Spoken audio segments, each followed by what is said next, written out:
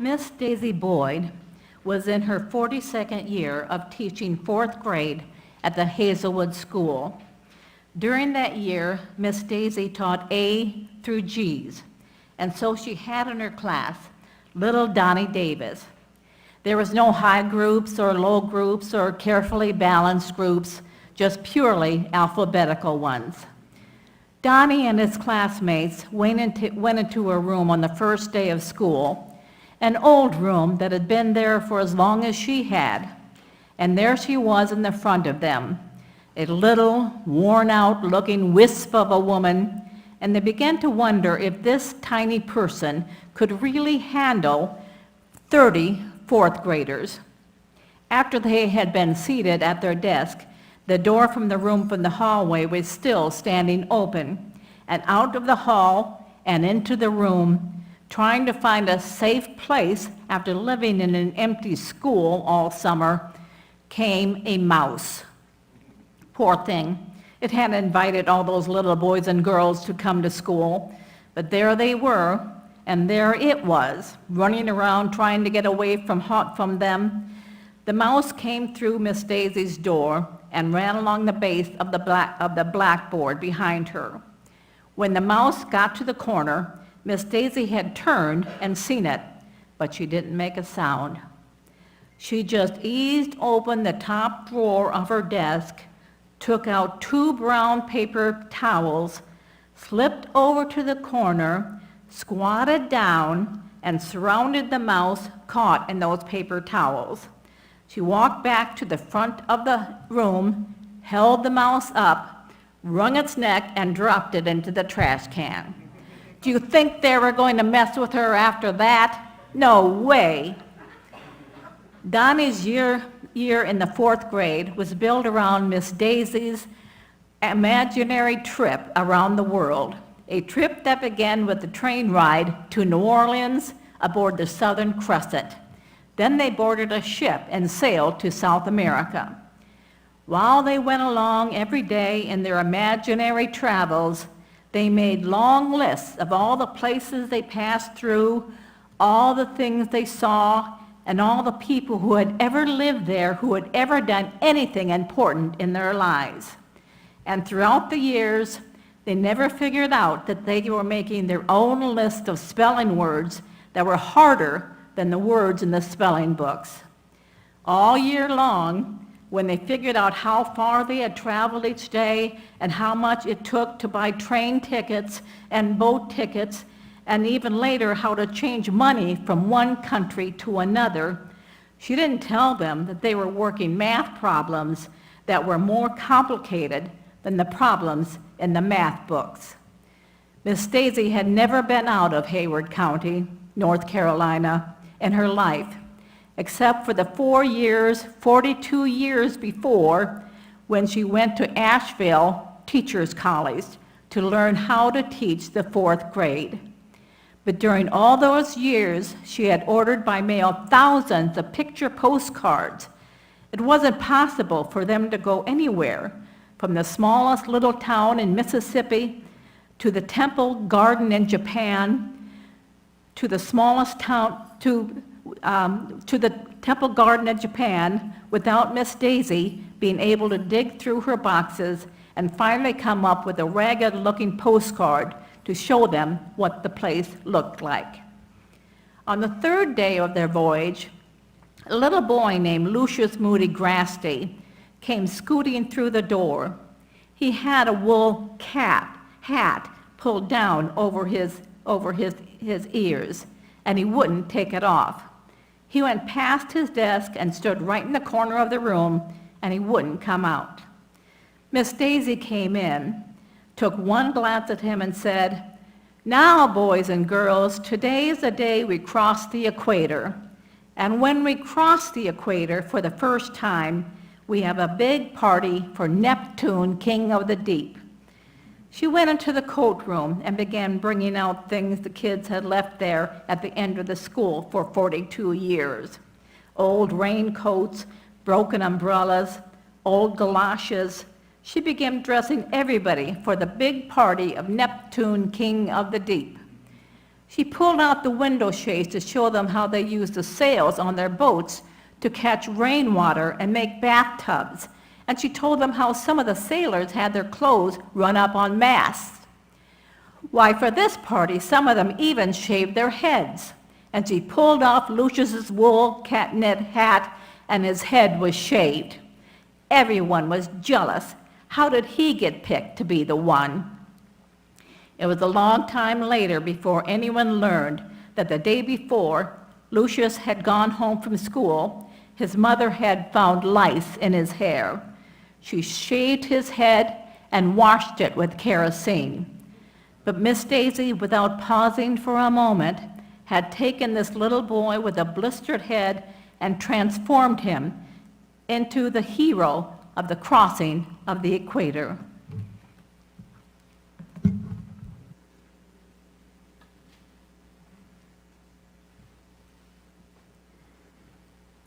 Within a few days, they had arrived in South America and begun their journey up the Amazon River. Miss Daisy said, "Now, children, the Amazon is the longest river in the Americas. There are butterflies, they're so big we could ride on them."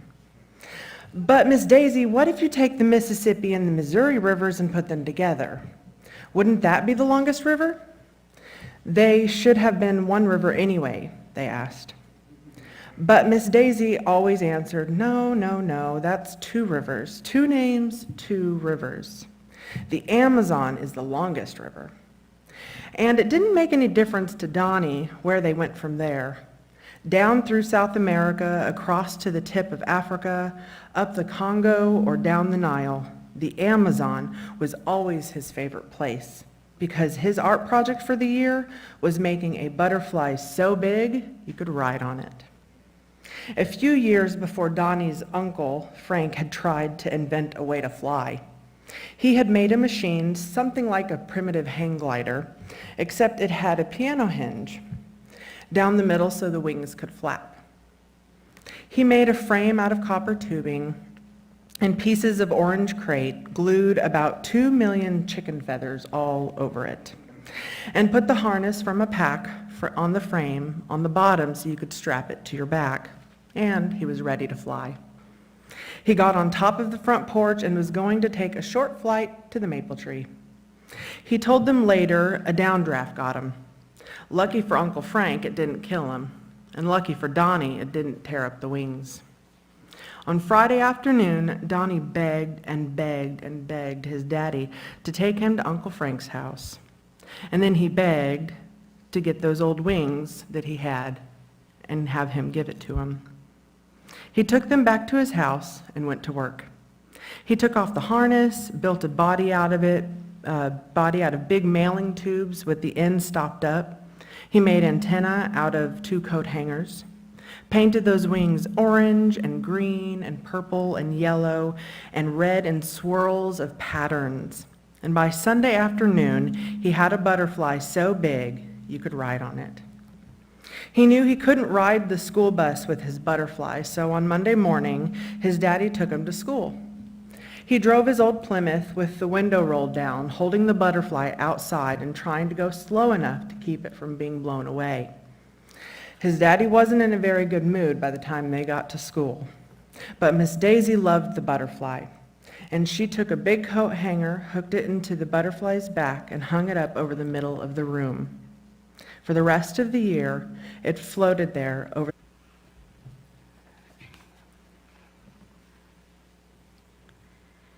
During the next several weeks, they traveled through the Mediterranean, across Eastern Europe, and into Central Asia, China, and Japan, across the Pacific, and during the last 2 months of the year, they took a long imaginary train ride across North America from Canada to Mexico.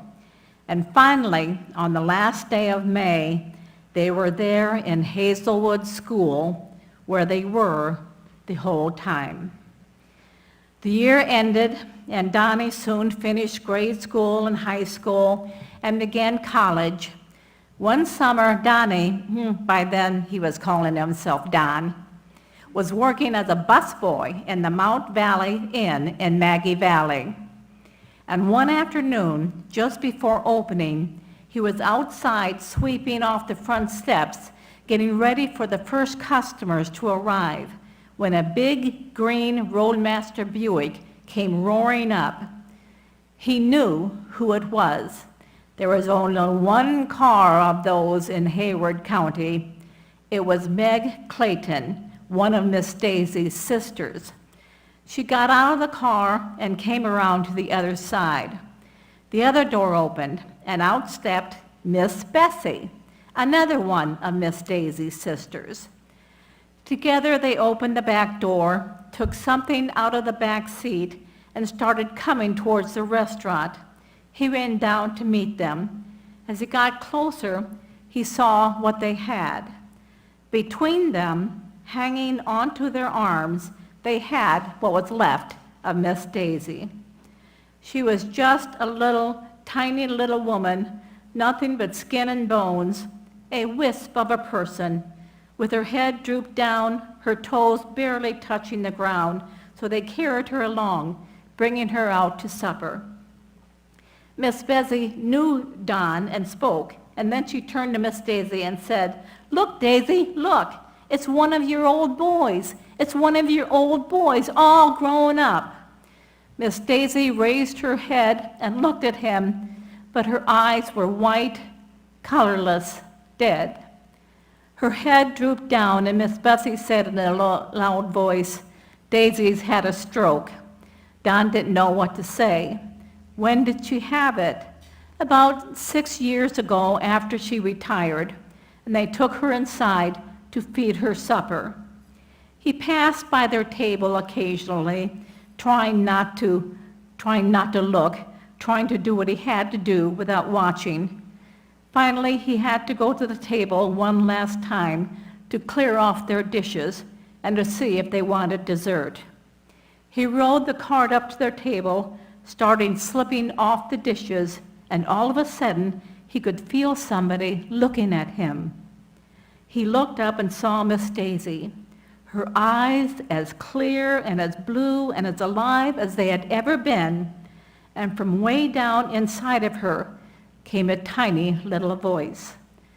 "The Amazon is the longest river. There are butterflies there, so big you can write on them." Her eyes went blank and her head drooped down. He went to the kitchen as fast as they could. Mr. Gibson, the cook, was looking out the door and watching, and he kept muttering to himself, "Oh, isn't it sad about poor Miss Daisy? Oh, isn't it sad?" And Dodd thought, no, it isn't sad. He had thought it was until a moment ago, but now he knew it wasn't. For he had remembered how, when they were in the 4th grade, they would ask, "Miss Daisy, why do we have to learn all this stuff? Why?" And she said, because one of these days you're going to be able to go anywhere you want to go, and you must know where you're going. No, it isn't sad about Miss Daisy.